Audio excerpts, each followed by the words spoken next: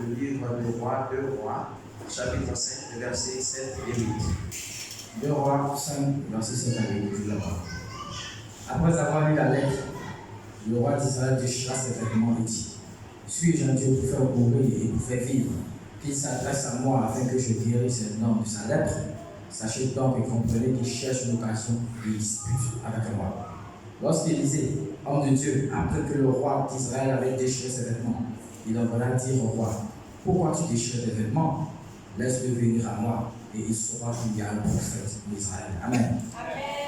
Amen. Que la parole du Seigneur soit bénie. Amen. Pourquoi t'inquiètes-tu? C'est là le titre de notre prédication de ce matin. Pourquoi t'inquiètes-tu? Bien-aimés du Seigneur, nous avons une même nouvelle qui est entendue par deux personnes. La première est à l'époque le premier personnage d'Israël, donc roi d'Israël. Et la deuxième personne est en son temps le également premier personnage spirituel d'Israël. Amen. Donc on a le roi et on a le prophète. Bien-aimé du Seigneur, pourquoi nous titrons pourquoi t'inquiètes-tu? Parce que c'est la question qu'Élisée pose, n'est-ce pas, au roi. Pourquoi as-tu déchiré tes vêtements? Nous devons comprendre que, bien-aimé du Seigneur, dans la tradition juive, lorsque nous voyons dans la Bible qu'une personne déchire ses vêtements, c'est pour exprimer une certaine tristesse, exprimer une certaine amertume, exprimer en même temps le découragement, l'inquiétude, le manque d'espoir, exprimer un certain cri au secours. Et bien aimé du Seigneur, au moment où le roi sent de déchirer ses vêtements, le prophète répond autrement. Amen. Dis à quelqu'un que tu es toujours la réponse du prophète face aux situations que tu rencontres. Amen. Bien aimé du Seigneur, le roi d'Israël se retrouve face à une situation. On lui présente une situation qu'il n'a jamais résolue auparavant. Une situation qu'il n'a jamais vu quelqu'un résoudre en Israël auparavant.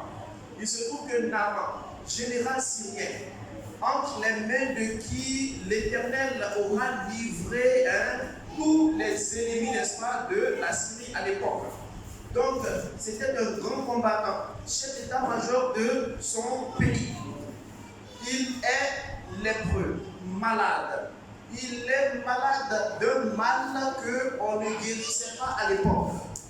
Et même aujourd'hui encore, c'est vrai que ce mal se guérit, mais les séquelles demeurent pour la vie. Et c'est ce monsieur-là qui avait déjà battu Israël. Donc Israël était vassal de leur pays à l'époque. Alors, qui vient en Israël avec mandat du roi de son pays, de la Syrie, qui vient trouver le roi d'Israël pour demander la guérison parce qu'il aurait été conseillé par une petite esclave qui était chez lui et qui lui disait comme ça que le mal que tu as, si tu vas en Israël, il y a un prophète d'Israël qui veut te guérir. Mais Naaman et son roi n'avaient pas compris que ce n'était pas une affaire de diplomatie, c'était une affaire spirituelle. Il y a quelqu'un, la chose est spirituelle.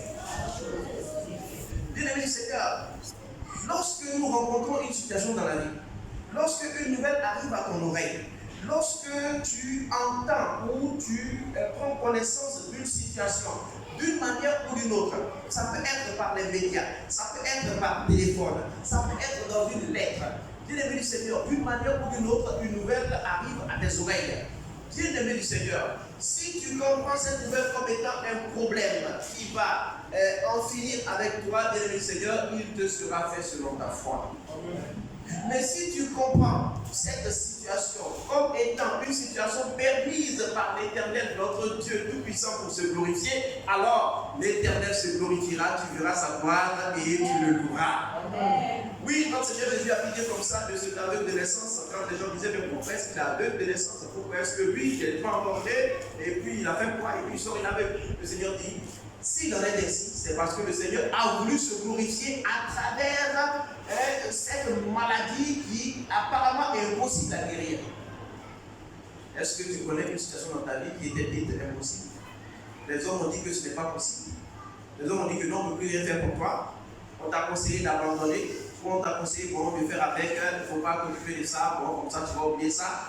Le Seigneur te dit ce matin que tout est possible à celui qui croit. Amen. Alléluia. Bien-aimé du Seigneur, on doit comprendre que le roi aussi à l'époque était quelqu'un qui n'était pas vraiment très proche du prophète. Il serait très proche du prophète qu'il comprendrait ces choses. Il n'était pas très proche du prophète, on comprend pourquoi il a commencé à paniquer.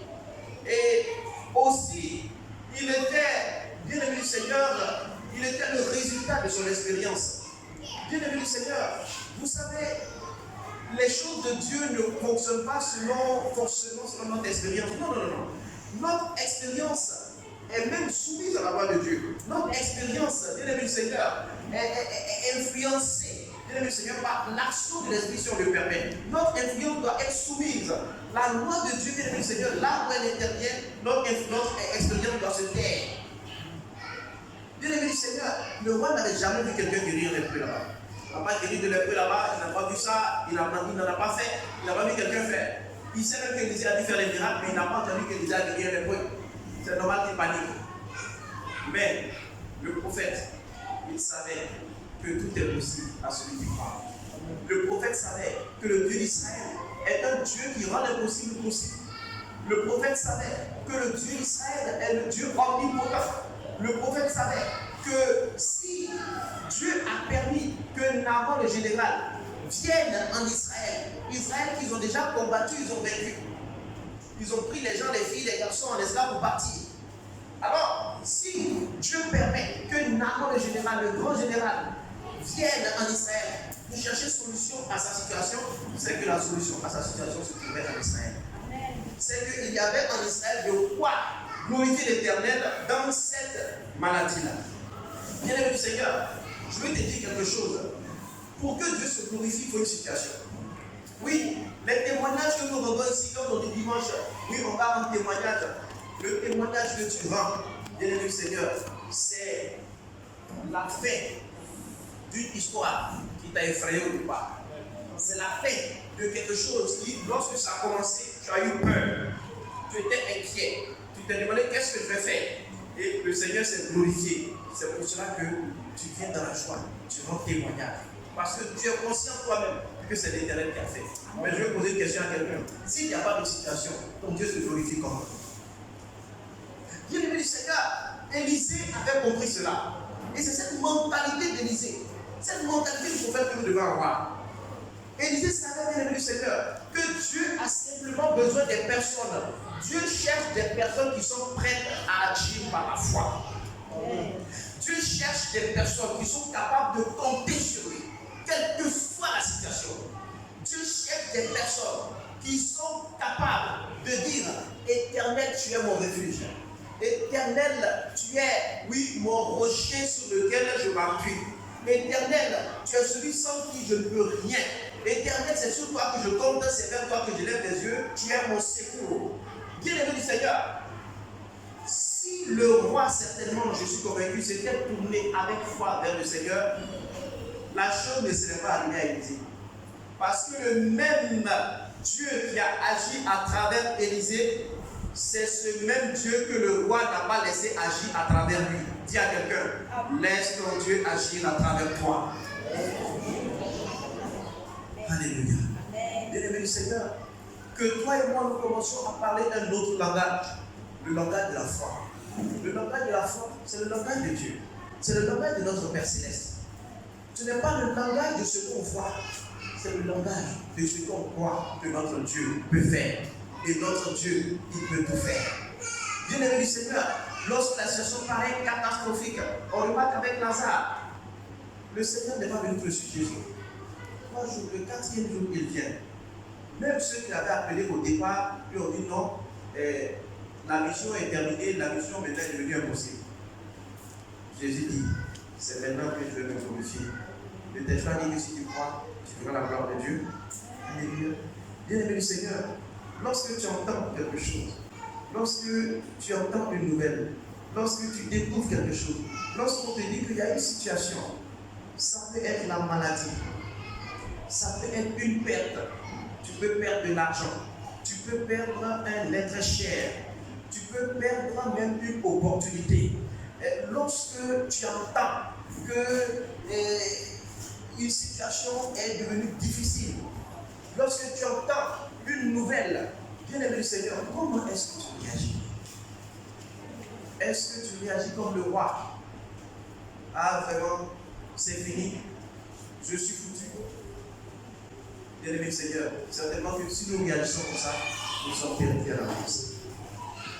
Mais bien-aimé du Seigneur, à travers ce message, le Seigneur veut nous exhorter ce matin à avoir la bonne réaction, la réaction de la foi, à pouvoir toujours s'arrêter et dire, si le Seigneur a perdu, c'est que le Seigneur va faire quelque chose. Alléluia. Bien-aimé du Seigneur, nous ne savons pas comment est-ce qu'il va faire. On ne sait pas quand est-ce qu'il va faire. On ne sait pas à quel moment il va le faire, où est-ce qu'il va le faire. On ne sait pas qui il va utiliser pour le faire, mais on sait une chose, c'est qu'il le fera. Amen.